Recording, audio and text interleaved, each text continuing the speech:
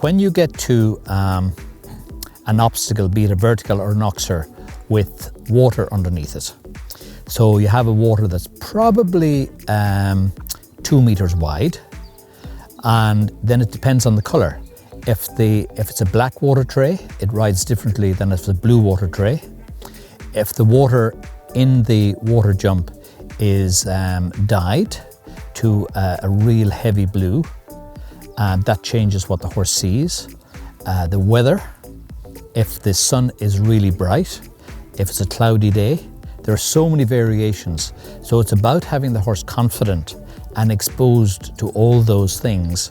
So you might have the water with the poles over the middle of the water, and that's the easiest one to jump because you have a nice ground line and it helps with their proprioception of where the top pole is.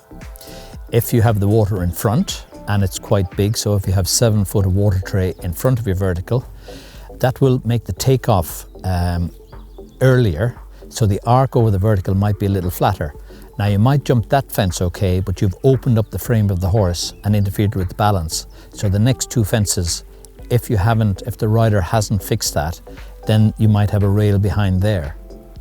If you have the water behind the vertical, again, and it's a big water that's bright and it's a strong colour and the sun is glistening on it, and the rail is at 160, there's a lot of the horse's attention that's looking at the water, at the sparkles on it and thinking, and it just interferes a little bit with their proprioception, and they might have the top rail off. And then if the horse is coming to the fence and he backs up a little bit, depending on how much pressure the rider puts on with his leg and how sensitive the horse is, the horse might just get a little quick off the floor and then quick in the air and make a mistake. Yes, with the water, I think it's very important that you don't start with the water too big, so just a water tray. And a lot of times I would use, with a young horse, I would have them on a lunge and I would go over the water and then they follow you.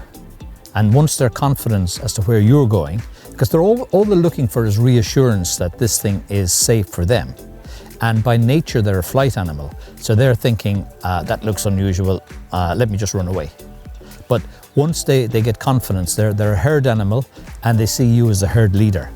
So if you start on a lead, and you have to be careful that you're not in the way so they jump on top of you, so you give them space and they follow you. And then from that, you can get on their back and put up some V-poles, so that on the V-poles, so that the fence is almost it's not easy for them to run out left or right. So that gives them focus to the middle.